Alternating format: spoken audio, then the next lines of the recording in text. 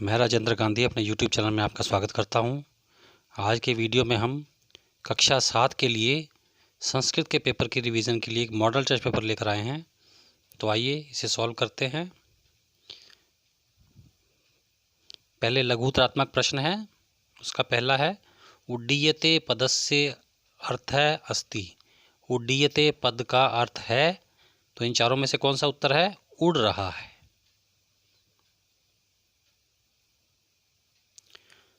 अगला है कालयापकः पदस्य अर्थः अस्ति। कालयापक पद का अर्थ है समय बिताने वाले। अगला है 12:30 इति समयम पदे अस्ति। इस समय के लिए संस्कृत में कौन सा पद है? सार्धद्वादश वादनम। अगला है विभूषितः पदस्य समानार्थक पदम भवति।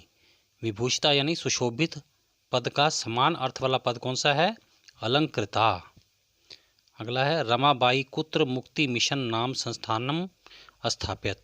रमाबाई ने मुक्ति मिशन नामक संस्थान की स्थापना कहाँ पे की थी? पुणे नगर से समीपे, पुणे नगर के पास।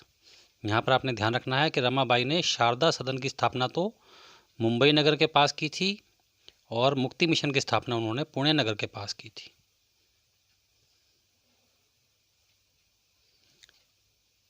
अगला है स्त्रीणाम शिक्षायै का स्वकीयम जीवनम अर्पितवती। स्त्रियों की शिक्षा के लिए किसने अपना जीवन अर्पित कर दिया? उत्तर है रमाबाई। आगे व्यवहारे किम न स्यात्। व्यवहार में क्या नहीं होना चाहिए? तो यहाँ पर आएगा कौटिल्यम अर्थात कुटिलता। अगला ध्वजे केशर वर्ण है कस्य सूचक अस्ति। हमारे राष्ट्रीय ध्वज में केसरी रंग किसका सूचक है? तो इसका उत्तर है शौर्य से, बहादुरी का।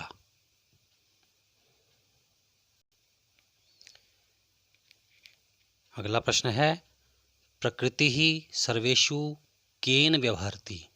प्रकृति सबके साथ कैसा व्यवहार करती है?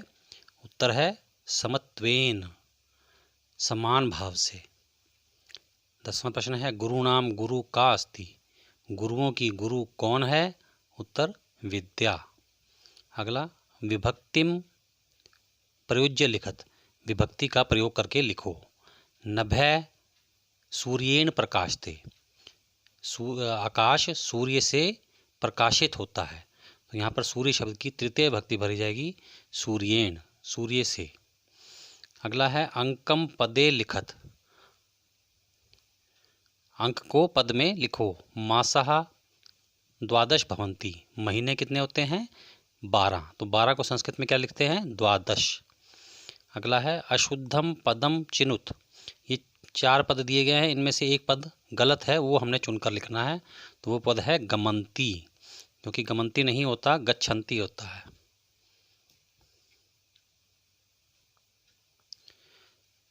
अगला प्रश्न है मनसा श्रेष्ठ जनम सेवेत। मन से श्रेष्ठ जनों का सेवन करो, अर्थात श्रेष्ठ जनों की संगति करो। तो इसमें बताना है हमने हाँ या ना। तो यहाँ हम लिखेंगे आम यानी हाँ। अगला है अनृतम ब्रूयात। झूठ बोलो, तो ये गलत है, तो यहाँ पर लिखेंगे न। अगला प्रश्न है लघु उत्तरात्मक प्रश्नानि। लघु उत्तरों वाले प्रश्न। पहला है क्रोधात कै भवति। क्रोध से क्या होता है? उत्तर क्रोधात सम्मोह भवति। क्रोध से अविवेक उत्पन्न होता है, यानी हमारे सोचने समझने की शक्ति खत्म हो जाती है। अगला है के सर्वकाराय धनम प्रयच्छन्ति। कौन सरकार को धन देते हैं? उत्तर प्रजा सर्वकाराय धनम प्रयच्छन्ति। प्रजा यानी कि लोग सरकार को धन देते हैं। तो के स्थान पर आपने सिर्फ प्रजा ही लिखना है बस। अगला पार्वती किम कर्तुम इच्छत। पार्वती क्या करना चाहती थी? उत्तर पार्वती तपस्याम कर्तुम इच्छत। पार्वती तपस्या करना चाहती थी। अगला है कुरुक्षेत्रे भगवान श्री कृष्ण किम कृतवान। कुरुक्षेत्र में भगवान श्री कृष्ण ने क्या किया? उत्तर कुरुक्षेत्रे भगवान श्री कृष्ण अर्जुनाय गीताया उपदेशम कृतवान। कुरुक्षेत्र में भगवान श्री कृष्ण ने अर्जुन को गीता का उपदेश दिया। अगला व्यय कृते किम वर्धते। खर्च करने पर क्या बढ़ता है? उत्तर, व्यय कृते विद्या धनम वर्धते, विद्या रूपी धन बढ़ जाता है। यानी कि विद्या रूपी धन को हम जितना खर्च करें यह उतना बढ़ता जाता है।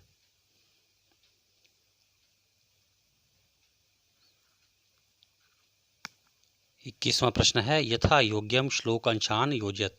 यथा योग्य श्लोकों के अंशों को जोड़कर लिखना है। तो पहला पद है, पहला वाक्य कौन सा है? विद्या राजसु पूज्यते न ही धनम। विद्या राजाओं में पूजी जाती है, ना कि धन। तो इसका मिलान किसके साथ होगा? इसके साथ। विद्या विहीन है पशु, विद्या से रहित मनुष्य पशु के समान है। अगला, के यूरहा न विभूषयंती पुरुषम। पुरुषों की शोभा बाजूबंद से नहीं होती। हारा न चंद्रोज्वला, और ना ही चंद्रमा के समान चमकदार हार से पुरुष की शोभा होती है। अगला, न चोर हार्यम न च राज हार्यम। विद्या रूपी धन को चोर चुरा नहीं सकता, राजा भी उसका हरण नहीं कर सकता।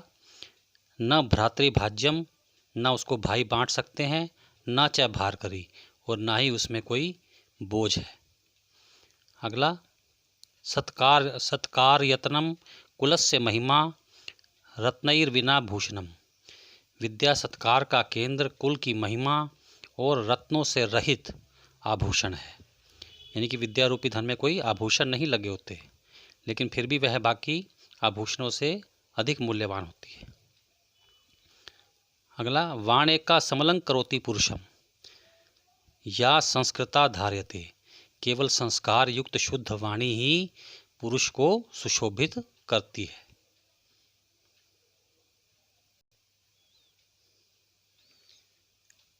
बाईसवां प्रश्न है, समानार्थक पदानि योजित। समान अर्थ वाले पदों को जोड़कर लिखना है। तो यहाँ मैंने आपको जोड़कर लिख दिया है। कीर्ति, इसका समान अर्थ वाला पद कौन सा है? यश। दोनों का क्या मतलब है? सम्मान। संस्कृता परिष्कृता, संस्कृता और परिष्कृता का क्या मतलब है? संस्कार युक्त यानी शुद्ध।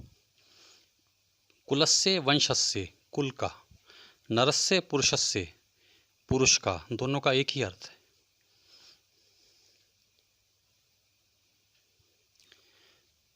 इसके बाद 23वां प्रश्न है, मंजूषातः पदानि चित्वा रिक्त स्थानानि पूरयत। पेटिका से पद लेकर रिक्त स्थान भरो। पहला है, षड ऋतवः भवन्ति। ऋतुएं कितनी होती हैं? 6, तो हम भरेंगे षड। मासाः द्वादश भवन्ति। महीने कितने होते हैं? 12, द्वादश। फरवरी मासे सामान्यतः अष्टाविंशति दिनानि भवन्ति। फरवरी मास में सामान्यतः 28 दिन होते हैं। मम शरीरे द्वौ हस्तौ स्तः। मेरे शरीर में 2 हाथ हैं, तो यहाँ भरेंगे द्वौ अर्थात 2। 24वां प्रश्न है, संधि कार्यम कुरु। संधि कार्य करो। पहला, प्रदेशः जमा अस्ति, प्रदेशो अस्ति। यहाँ से लाइन कटती है। ग्रामम प्रति, ग्रामम प्रति। देशः जमा अस्ति, देशो अस्ति। अतः जमा एव, अतएव।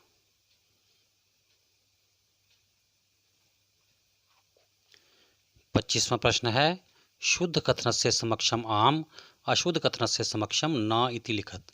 जो कथन सही हैं उनके आगे आम अर्थात हाँ लिखना है, और जो गलत है उनके आगे न अर्थात नहीं लिखना है। पहला, ध्वजे हरित वर्ण शांति प्रतीक अस्ति। राष्ट्रीय ध्वज में हरा रंग शांति का प्रतीक है, तो ये कथन गलत है। इसके आगे लिखेंगे न, क्योंकि हरा रंग हरियाली का प्रतीक है। ध्वजे केशर वर्ण शक्त्या सूचक अस्ति। ध्वज में केसरी रंग शक्ति का सूचक है, ये सही है, तो लिखेंगे आम। चक्रे 30 अरः सन्ति। चक्र में 30 तीलियां हैं, तो ये गलत है, यहाँ लिखेंगे न, क्योंकि तीलियां 24 हैं। चक्रम प्रगते द्योतकम। चक्र प्रगति का सूचक है, तो ये सही है, इसके आगे लिखेंगे आम अर्थात हाँ।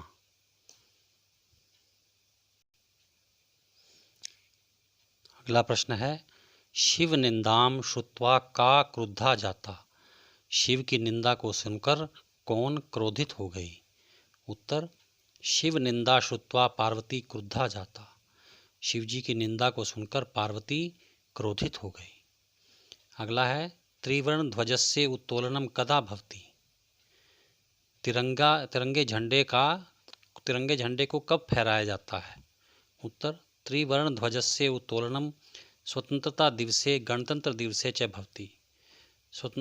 तिरंगे झंडे को स्वतंत्रता दिवस और गणतंत्र दिवस पर फहराया जाता है।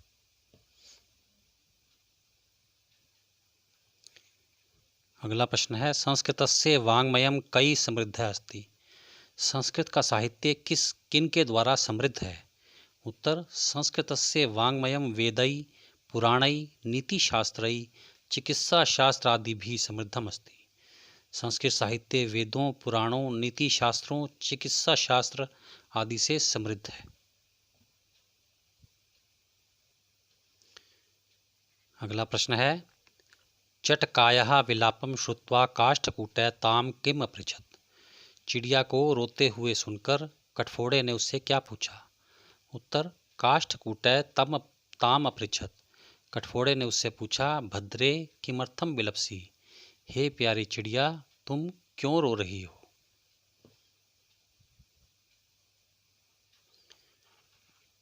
अगला प्रश्न है अधोलिखित प्रश्नानाम उत्तराणि लिखत। नीचे लिखे प्रश्नों के उत्तर लिखो।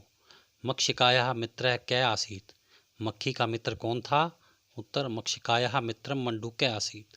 मक्खी का मित्र मेंढक था। अगला मारुति उद्योग कारणात् कस्य विश्वे प्रसिद्धि अस्ति।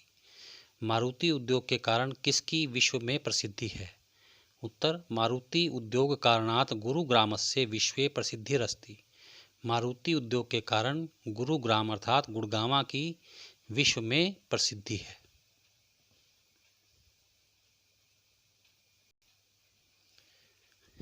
अगला प्रश्न है संस्कृतम किम शिक्षयति। संस्कृत क्या सिखाती है? उत्तर संस्कृत भाषा सर्वभूतेषु आत्मवत व्यवहार कर्तुम शिक्षयति।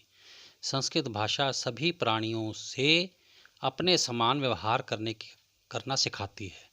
अर्थात जैसा व्यवहार हम अपने साथ चाहते हैं वही व्यवहार हमें दूसरे के साथ करना सिखाती है। कौन? संस्कृत भाषा। अगला प्रश्न है उपपद विभक्तेः परिभाषां सोदाहरणं लिखत। उपपद विभक्ति की परिभाषा उदाहरण सहित लिखो। उत्तर है पदम आश्रित्य या विभक्ति सा उपपद विभक्ति। जो किसी पद का आश्रय ले उसे उपपद विभक्ति कहते हैं। अर्थात पद विशेष के आधार पर जिस विभक्ति का प्रयोग किया जाता है उसे उपपद विभक्ति कहते हैं। जैसे परितः, ग्रामम परितः वृक्षा सन्ति। गांव के चारों ओर वृक्ष हैं। यहाँ पर परितः एक पद है जिसके साथ हमेशा द्वितीय विभक्ति का प्रयोग होता है। अगला प्रश्न है उदाहरण अनुसारम समुचितै पदै रिक्त स्थानानि पूरत। उदाहरण के अनुसार समुचित पदों से रिक्त स्थान भरो। तो पहला हमें उदाहरण दिया गया है पेटिका शब्द की षष्ठी विभक्ति में दी गई है। पट्टिका होना चाहिए यहाँ पर। पट्टिका शब्द की षष्ठी विभक्ति में दी गई है पट्टिकायाः, पट्टिकयोः, पट्टिका नाम। इसी प्रकार का हमें अहिंसा की विभक्ति पूरी करनी है। अहिंसा की हमने द्वितीय विभक्ति लिखनी है अहिंसाम, अहिंसे, अहिंसः। फिर इसके बाद सूचिका की लिखनी है सूचिकाम की तृतीय विभक्ति सूचिकया, सूचिकाभ्याम, सूचिकाभि। ऊर्जा शब्द की चतुर्थी विभक्ति ऊर्जायै, ऊर्जाभ्याम, ऊर्जाभ्य। प्रिय विद्यार्थियों, ये चारों विभक्तियाँ लता शब्द पर आधारित हैं। अगर आपको लता के शब्द रूप याद हैं तो आप इन्हें आसानी से कर सकते हैं। अगर नहीं है तो आप लता शब्द के रूप याद कर लीजिए।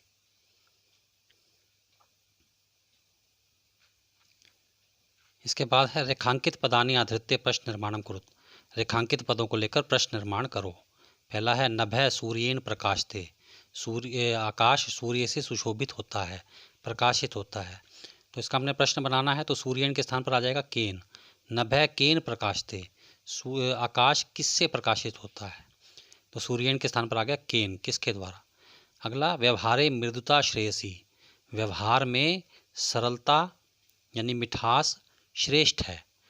तो प्रश्न क्या बनेगा व्यवहारे का श्रेयसी। व्यवहार में क्या श्रेष्ठ है।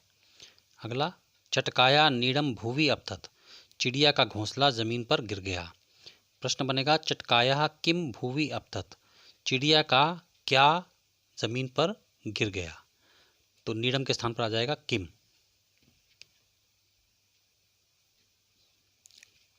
अगला प्रश्न है अधोलिखितानां धातूनां लकारम पुरुषम वचनं च लिखत। नीचे लिखे धातुओं के लकार पुरुष और वचन लिखो। पहला है आसीत, अस धातु है तो ये कौन सा लकार है? लंग लकार प्रथम पुरुष एक वचन। कुर्वंती, क्री धातु लट लकार प्रथम पुरुष बहुवचनम। अगच्छत, गम धातु लंग लकार प्रथम पुरुष एक वचनम। अगला प्रश्न है अधोलिखितानि वाक्यानि घटनाक्रमानुसारेण लिखत। नीचे लिखे वाक्यों को घटनाक्रम के अनुसार लिखो। प्रिय विद्यार्थियों, इसमें आपको कोई इसका अर्थ नहीं लिखना है, फिर भी मैं आपको समझा देता हूँ। आपको सिर्फ इनको क्रम के अनुसार लिखना है कि जो पाठ में पहली लाइन आई है उसको पहले लिखना है, जो बाद में आई है उसे बाद में लिखना है। जैसे पाठ में सबसे पहली लाइन ये आई थी 1858 तमे ख्रीष्टाब्दे रमाबाई जन्म अलभत। 1858 ईस्वी में रमाबाई का जन्म हुआ। इसके बाद आएगा ये सा स्वमातु संस्कृत शिक्षाम प्राप्तवती। उसने अपनी माता से संस्कृत की शिक्षा प्राप्त की। तीसरे नंबर पर आएगा रमाबाई महोदया विपिन बिहारी दासेन सह विवाह अवत। रमाबाई महोदया का विपिन बिहारी दास के साथ विवाह हुआ। इसके बाद सा उच्च शिक्षार्थम इंग्लैंड देशम गतवती। वह उच्च शिक्षा के लिए इंग्लैंड गई। इसके बाद आएगा सा मुंबई नगरे शारदा सदनम स्थापित। उन्होंने मुंबई नगर में शारदा सदन की स्थापना की। और अंत में आएगा 1922 तमे ख्रीष्टाब्दे रमाबाई महोदया निधनम अवत। 1922 ईस्वी में रमाबाई महोदया का निधन यानी मृत्यु हुई। अगला प्रश्न है अधोलिखितस्य गद्यांशस्य सल्लार्थम लिखत। नीचे लिखे गद्यांश का सल्लार्थ लिखो। पहले हम गद्यांश पढ़ लेते हैं। विश्वस्य उपलब्धासु भाषासु संस्कृत भाषा प्राचीनतमा भाषा अस्ति। विश्व की उपलब्ध भाषाओं में सबसे प्राचीन भाषा संस्कृत है। भाषेयम अनेकाशाम भाषाणाम जननी अस्ति। यह भाषा अनेक भाषाओं की जननी है, जननी मानी गई है। प्राचीनयो ज्ञान विज्ञानयो निधि अस्याम सुरक्षित है। प्राचीन ज्ञान और विज्ञान का खजाना इस भाषा में सुरक्षित है। संस्कृतस्य महत्व विषय केनापि कथितम। संस्कृत के महत्व के विषय में किसी ने कहा है भारतस्य प्रतिष्ठे द्वे संस्कृतम संस्कृतस्तथा। भारत की दो ही प्रतिष्ठाएं हैं, संस्कृत और संस्कृति। आपकी सहूलियत के लिए मैंने इस गद्यांश का सल्लार्थ हिंदी भाषा में लिख दिया है, आप इसे नोट कर सकते हैं। अगला है अधोलिखित श्लोकस्य सप्रसंग सल्लार्थम लिखत। नीचे लिखे श्लोक का सप्रसंग सल्लार्थ लिखो। श्लोक है सत्यम ब्रूयात प्रियम ब्रूयात न ब्रूयात सत्यम प्रियम प्रियम च नानृतम ब्रूयात ऐशा धर्म सनातन। प्रसंग प्रस्तुत श्लोक हमारी संस्कृत की पाठ्यपुस्तक रुचिरा द्वितीय भागा के अंतर्गत सदाचार नामक पाठ से लिया गया है। इसका सल्लार्थ है प्रिय लगने वाला सत्य ही बोलना चाहिए और अप्रिय यानी कठोर सत्य नहीं बोलना चाहिए।